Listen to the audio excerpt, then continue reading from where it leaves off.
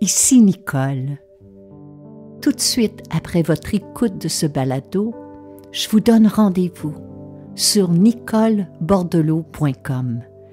Vous y découvrirez des méditations, des webinaires, des vidéos, des pistes de réflexion, des outils, mes livres, mais aussi mon agenda concernant les événements et les retraites à venir afin que nous puissions poursuivre cette aventure ensemble. Merci et bonne écoute.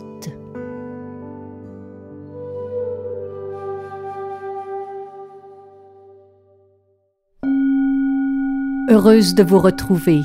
Bienvenue à un autre épisode de Nicole Bordelot en balado.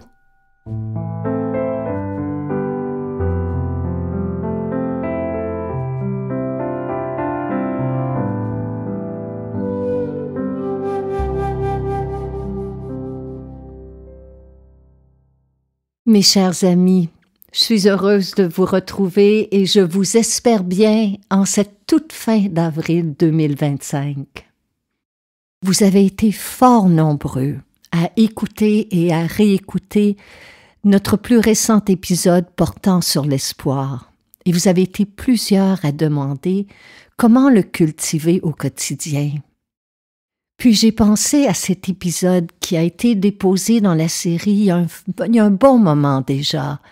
Puis avec Hélène, cette semaine, nous l'avons réécouté, nous l'avons réédité. Hélène a recomposé de nouvelles trames musicales et ça nous fait plaisir de vous l'offrir parce que je pense que vous allez y découvrir des pistes de réflexion, mais aussi des outils concrets qui peuvent s'insérer très simplement à l'intérieur de nos quotidiens.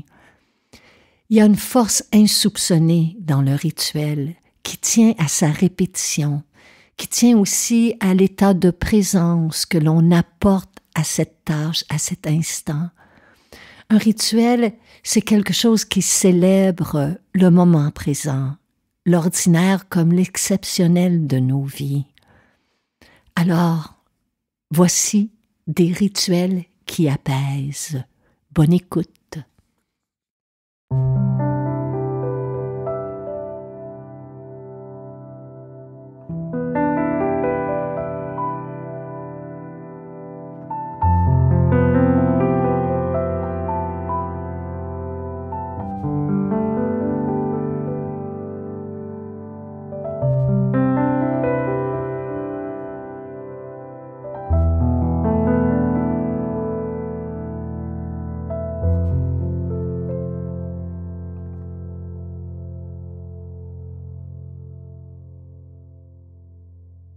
Alors, qu'est-ce qu'un rituel?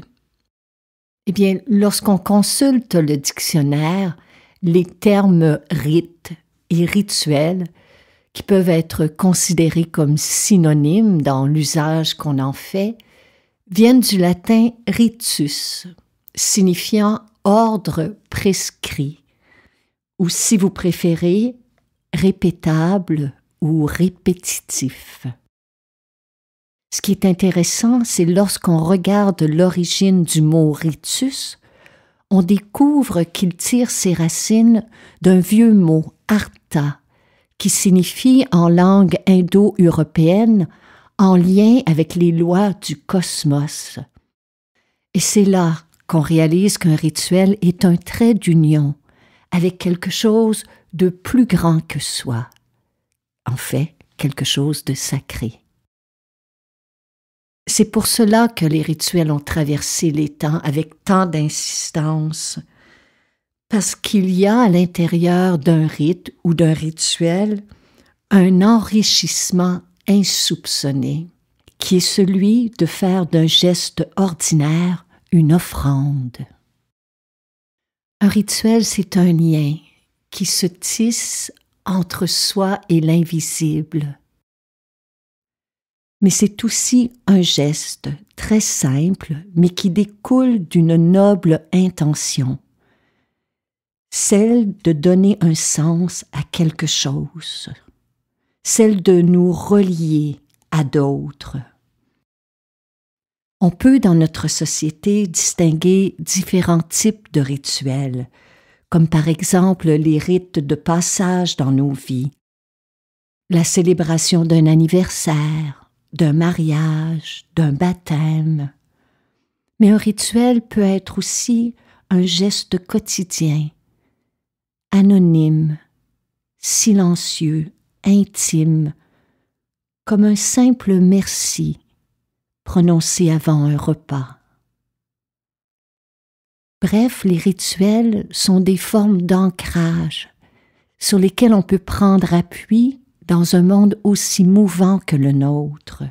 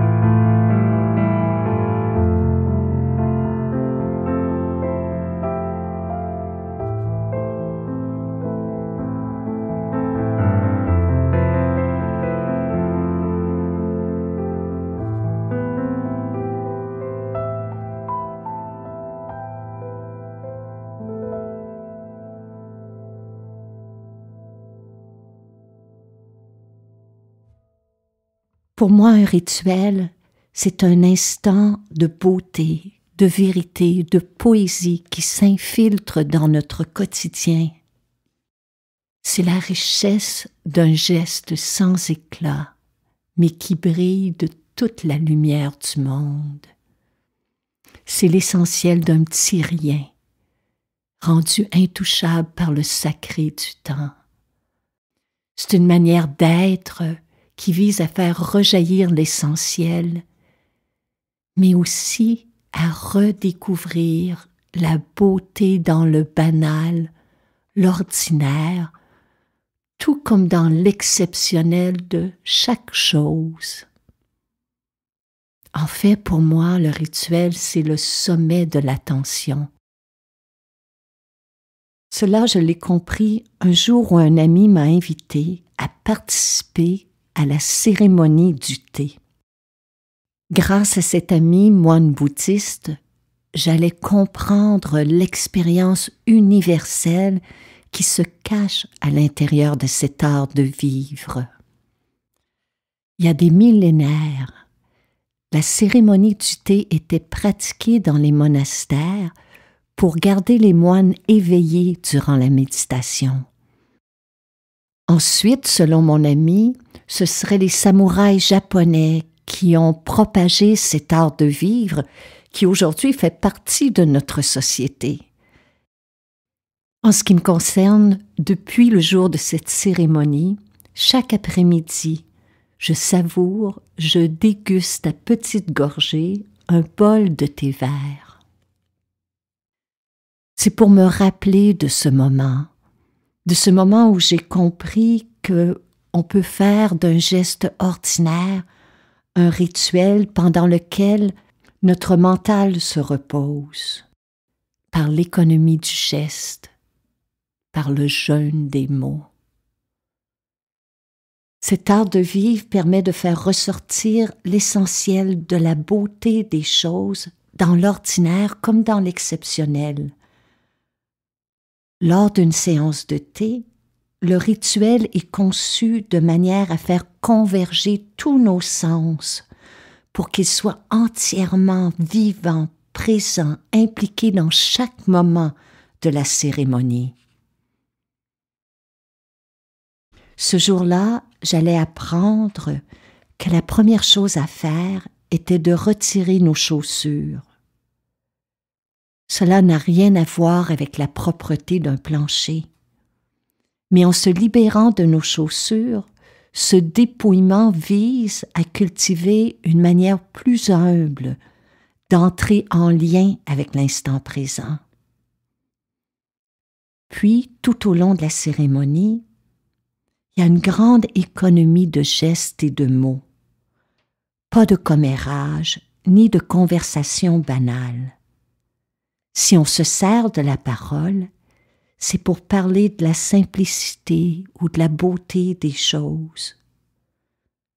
Et tout au long de la cérémonie, chacun est invité à prêter une grande attention à ses pensées, à ses gestes, à sa posture, à ses paroles. C'est pour cela que je dis que c'est un instant de poésie et que ça infiltre de la beauté au cœur de notre vie. Comme me l'a enseigné mon bel ami, lors d'un rituel, il y a une grande économie de gestes et de mots. Et c'est pour cela que pour entrer dans un rituel, il faut se débarrasser de nos attentes, de nos préférences. Il faut se libérer de nos prétentions et même de nos prétentions spirituelles. Il faut abandonner derrière soi la personnalité de surface et entrer en rituel en étant simplement soi. Que ce soit dans la vie quotidienne ou dans la vie spirituelle, un rituel n'est rien de grandiose. Et c'est pour cela que l'ego ne peut y prendre part. Un rituel, c'est quelque chose de très simple. C'est un repère dans une journée. C'est un sentiment d'être en lien avec la réalité. Et ce sentiment d'appartenance influence grandement notre niveau de confiance en nous-mêmes et en la vie. Autrement dit, un simple rituel pourrait transformer un moment d'anxiété en un moment de sérénité.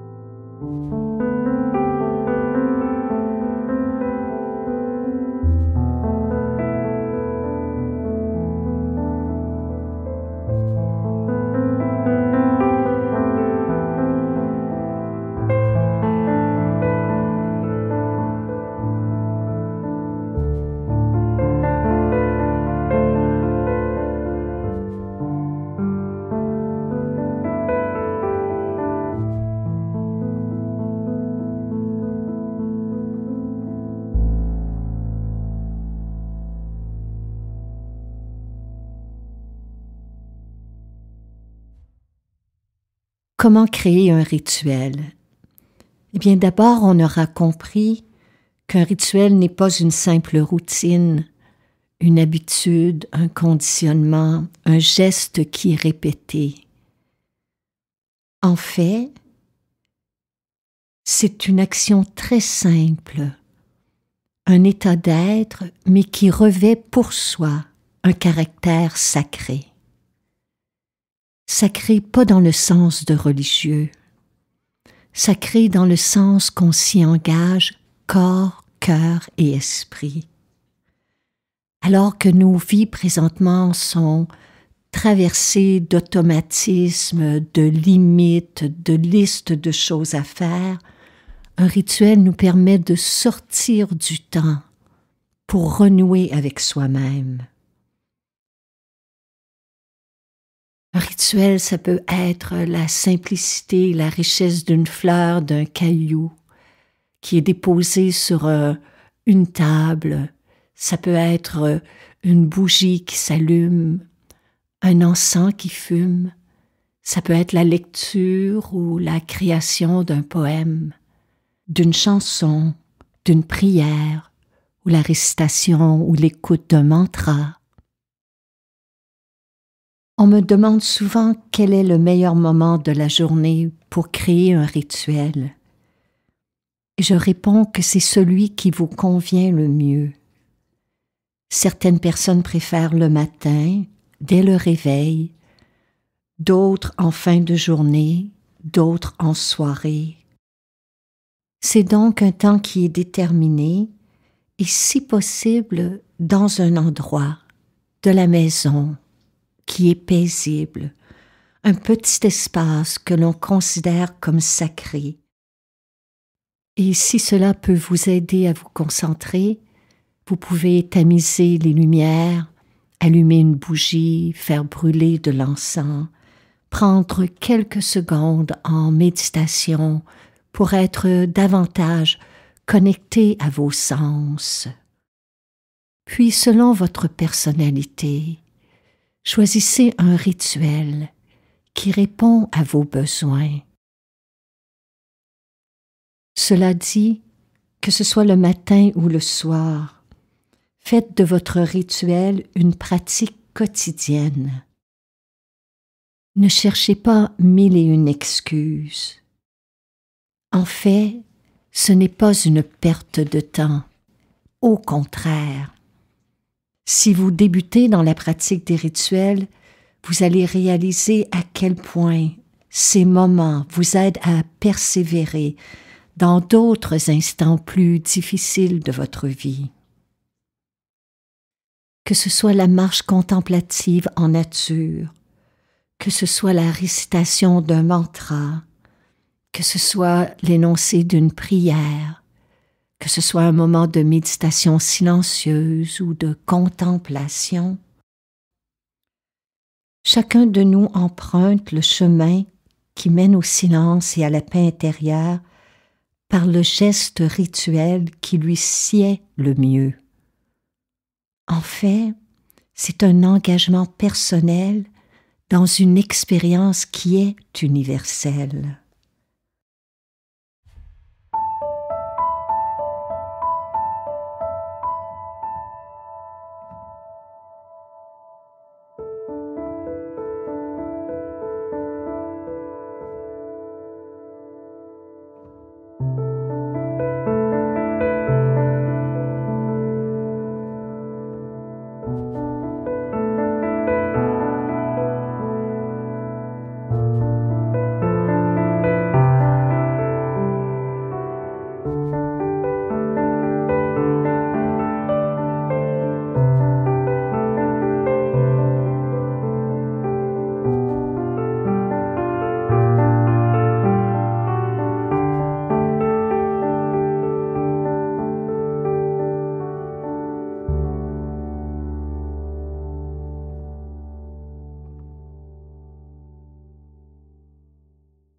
J'ai compris il y a quelques années déjà qu'un rituel, c'est un moment d'ouverture, un moment d'humilité, qui demande de la lenteur, du silence, de la contemplation.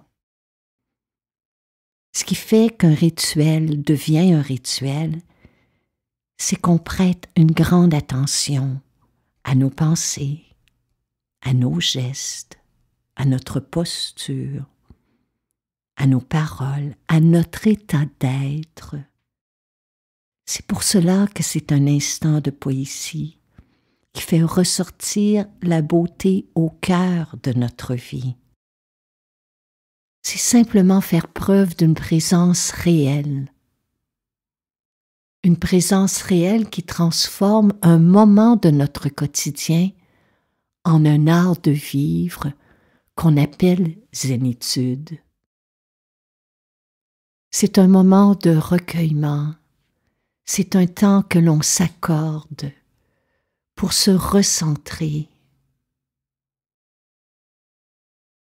Je crois que de nos jours, précisément avec ce que nous vivons à l'intérieur de cette pandémie, c'est un geste qui est essentiel pour qui souhaite vivre et non seulement exister.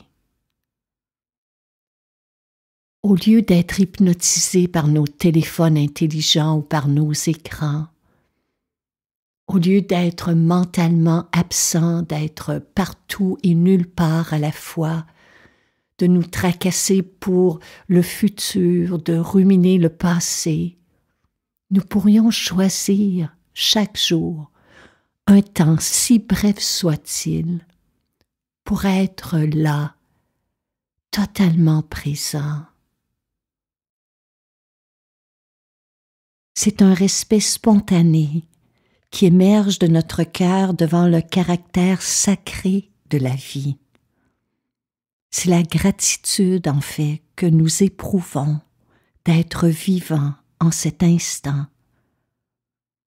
C'est une compréhension profonde qu'il y a une source invisible, transcendante et infiniment bienfaisante à laquelle nous pouvons nous ressourcer,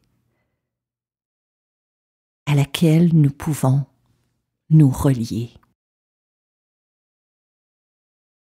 Et en terminant, mes chers amis, j'aimerais vous lire les mots du grand poète Hafiz qui, pour moi, illustrent tellement bien ce que l'on trouve au cœur d'un rituel. J'aimerais vous montrer, quand vous êtes seul ou dans l'obscurité, l'étonnante lumière de votre être. Voilà, mes chers amis, c'est sur cette sage parole que prend fin cet épisode. Merci de votre fidélité. Merci de prendre le temps d'écouter, de revisiter les épisodes précédents. Merci de nous écrire. Tout simplement, merci d'être là.